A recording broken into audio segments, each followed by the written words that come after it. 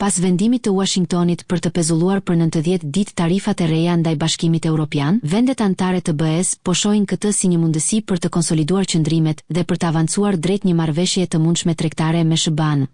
Gjatë kësaj periudhe, prioritet do të jetë koordinimi i përpjekjeve për të shmangur përshkallëzimin e tensioneve tregtare dhe për të përgatitur një strategji të unifikuar në rast se skenari më negativ bëhet realitet.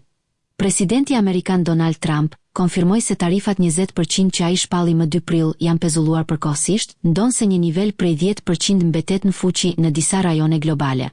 Ai gjithashtu nënvizoi pritshmërinë që Europa të rrisë importet e saj të energjisë nga SBA si pjesë e një qasjeje më të balancuar në tregtinë dypalëshe.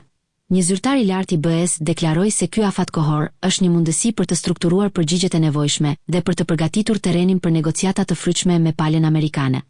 Roli kryesor në këto bisedime i është ngarkuar Komisionit Evropian, i cili mban përgjegjësinë për politikat tregtare të bllokut me 27 vende.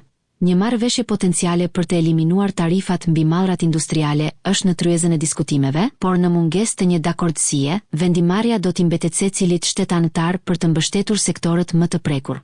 Ndër industrinë që rrezikon më shumë përfshihen ato të qelikut, aluminit, makinave, drurit dhe produkteve farmaceutike.